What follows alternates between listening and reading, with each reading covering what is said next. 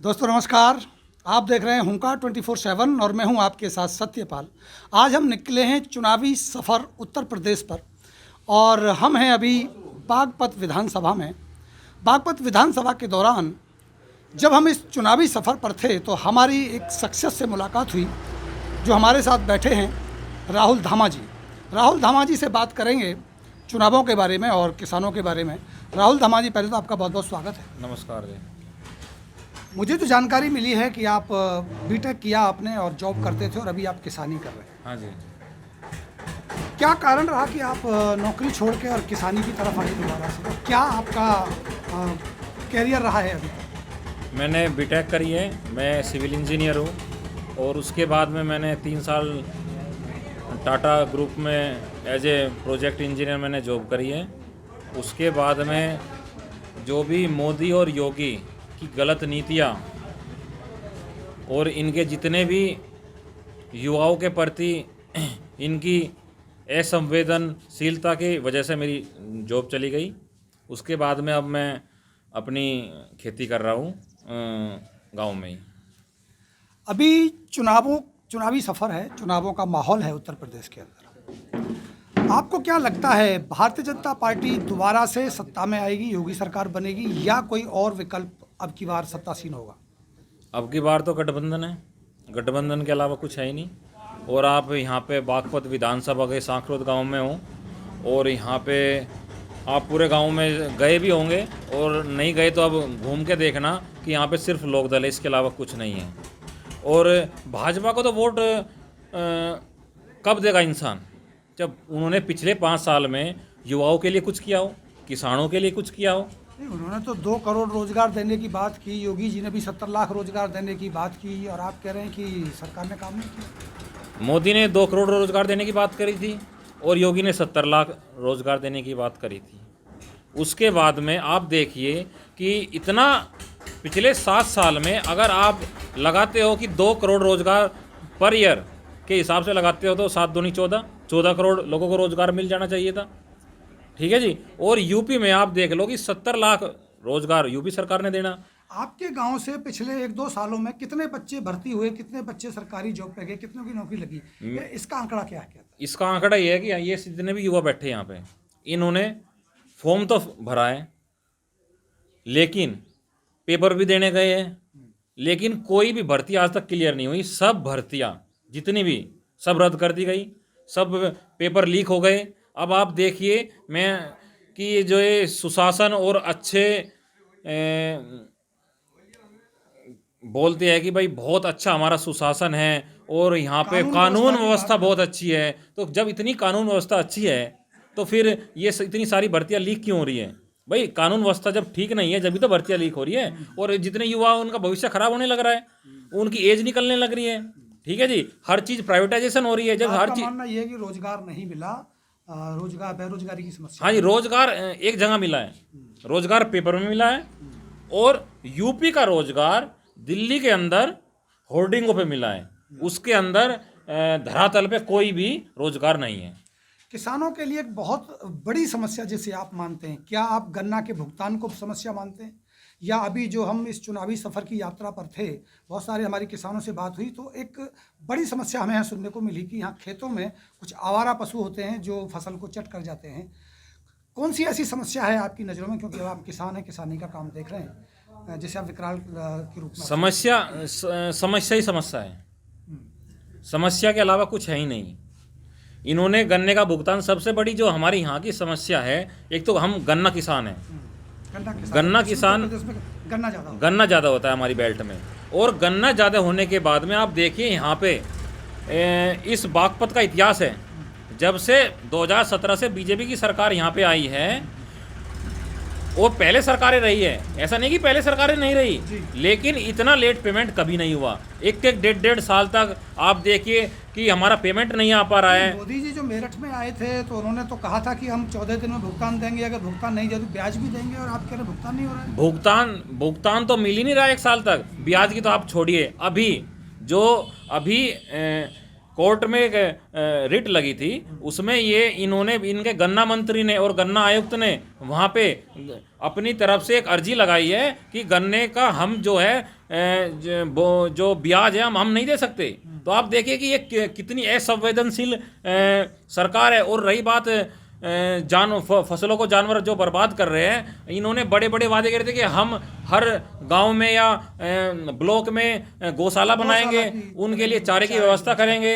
आप भी जैसे घूम रहे हो, आपने बहुत गांवों में घूमे होंगे, आप हमारे गांव में भी देखना, आपको कहीं अलग से गौशाला मिले तो मैं आपसे एक रिक्वेस्ट कर रहा हूँ, मेरी दिली इच्छा है कि आप उसके ऊपर ही एक अलग डिबेट करें वहां पे जाके कि ये बहुत बड़ा काम इन्होंने यूपी सरकार ने करा। आप खुद सोचिए कि 100 जानवर एक साथ है, अगर वो 100 जानवर एक खेत के अंदर को निकल जाएंगे कि वहां पे उस खेत में क्या बचेगा, आप खुद सोचिए।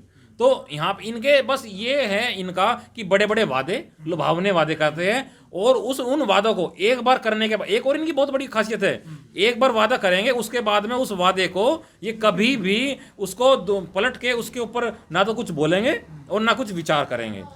महंगाई का मुद्दा देश में बहुत तेज़ी से उछल रहा है। महंगाई बढ़ रही है, ऐसा देश का यूथ मानता है, देश का नौजवान मानता है, देश का किसान मानता है। आपकी इसमें क्या राय है कि क्या वाकई महंगाई बढ़ रही है, या महंगाई से हमारी आय भी बढ़ जाती है? क्योंकि महंगाई बढ़ेगी, हमारा गेहूं भी महंगा बिकेगा, हमारा गन्ने की फसल है वो भी महंगी बिकेगी। तो क्या ये सच्चाई है कि महंगाई हमारे ऊपर असर कर रही है? जो आय है, आय सिर्फ मोदी के जो 2-4 बड़े बड़े अडानी अंबानी और उसके तरह के और बिजनेसमैन हैं, उनकी आय बढ़ रही है, किसानों की कोई आय नहीं बढ़ रही। आप मुझे एक बात बताइए, किसानों की आय कैसे बढ़ सकती है? पिछले 7 साल में पेस्टिसाइड का डबल रेट हो चुका है, खाद का डबल रेट हो चुका है, जो बीज का डबल रेट हो चुका है, और जो हमारी फसल का दाम है वो वहीं का वहीं रुका है। तो इस फॉर्मूले से हमें जो मोदी ने जिन्हें डबल आया, योगी जी ने डबल आया, तो उस फॉर्मूले को लेके तो आओ, उन्हें हमारे बीच में आना चाहिए ना, हमें उन्हें समझाना चाहिए हमें। अभी तो कि हमने कहना था ना कि इसका गन्ने का कुछ दाम बढ़ा है। गन्ने का दाम, एक बात बताइए, 5 साल में कोई गन्ने का दाम नहीं बढ़ा। क्या 5 साल में महंगाई नहीं बढ़ी? क्या 5 साल में खेत में जो दवाई गिरती है उसका दाम नहीं बढ़ा? क्या 5 साल में बीज का दाम नहीं बढ़ा? क्या 5 साल में खाद, यूरिया, डाई जितने भी उनका दाम नहीं बढ़ा? और अभी जो 25 रुपये बढ़ाए हैं, ये जो हमारे हाथ में एक तरीके से मैं आप क्या बोल लूँ, झुंझुना थमा दिया है, उसका क्या ये जो इलेक्शन की वजह से इन्होंने करा है। और आप 25 रुपये बढ़ा रहे हो, 25 रुपये बढ़ाने से हमारी क्या आय दुगनी हो जाएगी? हमें एमएसपी नहीं मिल रही, जो गेहूं की एमएसपी है वो हमें एमएसपी पे उतना भी दाम नहीं मिल रहा हमें। आपको लगता है कि अगर आप कहते हैं कि आरएलडी को हम लोग सपोर्ट करेंगे, आरएलडी की सरकार लाना चाहेंगे, क्या आपको लगता है कि आरएलडी की सरकार जो संयुक्त सरकार बनेगी सपा के साथ, वो इस पे काम कर पाएगी? देखिए, जो हमारे नेता जयंत चौधरी जी, वो एक युवा नेता है, ठीक है, और उनका अकेले एक पहला लक्ष्य है, ठीक है। उन्होंने हमें 15 दिन में भुगतान सुनिश्चित करने का वादा किया है। उन्होंने हमें सही हर चीज़ की जितनी भी और दूसरी फसलें हैं उनका दाम सही से देने का वादा किया है। 1 करोड़ बहुत बड़ी बात है, 1 करोड़ रोजगार देने का वादा किया है।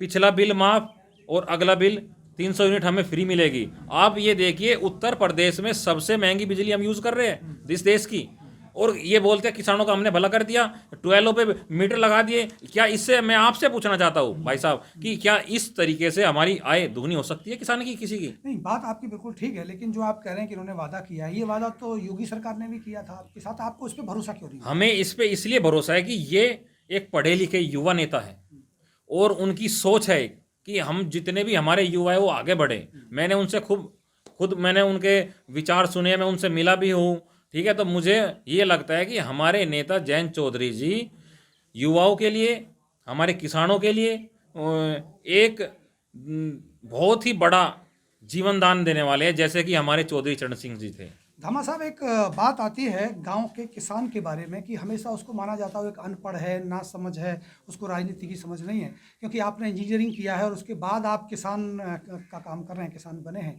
क्या आज भी आप इस बात से इत्तेफाक रखते हैं कि आज भी किसान अनपढ़ है, आज भी किसान ना समझ है? नहीं, ऐसा कुछ नहीं है। किसान आज का किसान भी और युवा भी सब समझदार है। उन्हें पता है कि कौन उनके लिए अच्छा करेगा, कौन उनके लिए बुरा करेगा। जो बड़े बड़े वादे किए हमारे युवा जितने भी थे वो उनके बकाए में आ गए, लेकिन अब एक एक गांव में युवा, वो उनकी जुबान में बस यही है कि मोदी झूठा है, योगी झूठा है, वो हमारे लिए कुछ नहीं कर सकते। अगर उन्होंने कुछ किया होता तो क्या जो युवा 2014 में चला गया था वो वापस आता? तो युवा और किसान जो हमारे किसान भाई है वो अनपढ़ नहीं है, वो उन्हें हर चीज़ की समझ है और वो अब की बार अपनी वोट खराब नहीं होने देंगे। गठबंधन को वोट जाएगी, जयंत चौधरी जी को वोट जाएगी और लोकदल को वोट जाएगी।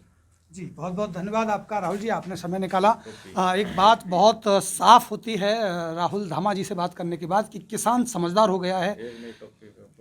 किसान उसे एडिट कर देना, एक टॉपिक के ऊपर क्वेश्चन पूछ। आऊँ वापस? हाँ, कौन सा ये पूछो कि टोपी। हमारे साथ राहुल धामा जी थे जो अभी किसानी का काम करते हैं, पहले इंजीनियर हुआ करते थे। बहुत अच्छी बेबाकी से इन्होंने राय दी। आखिरी एक सवाल मैं राहुल धामा जी से पूछना चाहूँगा।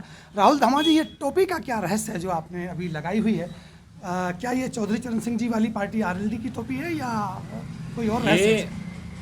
ये एक बार आज से 2 साल पहले, 1 साल पहले, 1.5 साल पहले, इतना ही कुछ है, योगी जी ने टोपी के ऊपर विधानसभा में बहुत ही गलत शब्द का इस्तेमाल किया था।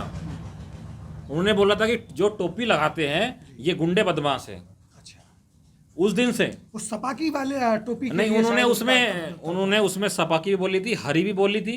हरी जो टोपी है वो एक किसान की होती है, क्योंकि किसान की जो फसल होती है वो हरी होती है, इसलिए जो हरी टोपी होती है वो किसान की होती है। और जो ये मैं जो टोपी लगा रहा हूँ ये हमारे बड़ों की टोपी है, ये चौधरी ये सम्मान की टोपी है। और अब उसी दिन से मुझे मेरे अंदर, दिल के अंदर ऐसी बात लगी कि मैंने उसी दिन से टोपी पहननी शुरू कर दी। और ये हमारी जो टोपी है ये मान सम्मान की टोपी है। और जो अब की बार जो ये इलेक्शन है ये मान सम्मान और हमारी इस टोपी का इलेक्शन है, और हम यहाँ से बीजेपी को साफ करके भेजेंगे। बहुत बहुत धन्यवाद राहुल जी आपका, आपने समय निकाला और अच्छी पकड़, अच्छी समझ आप रखते हैं किसानों के बारे में भी और पार्टियों के बारे में भी। तो चलिए दोस्तों, आगे एक बार हम फिर मिलेंगे, इसी चुनावी सफ़र पर आगे निकलते हैं, कुछ और साथियों से मुलाकात करेंगे। तब तक आप देखते रहिए हुंकार 24/7। नमस्कार।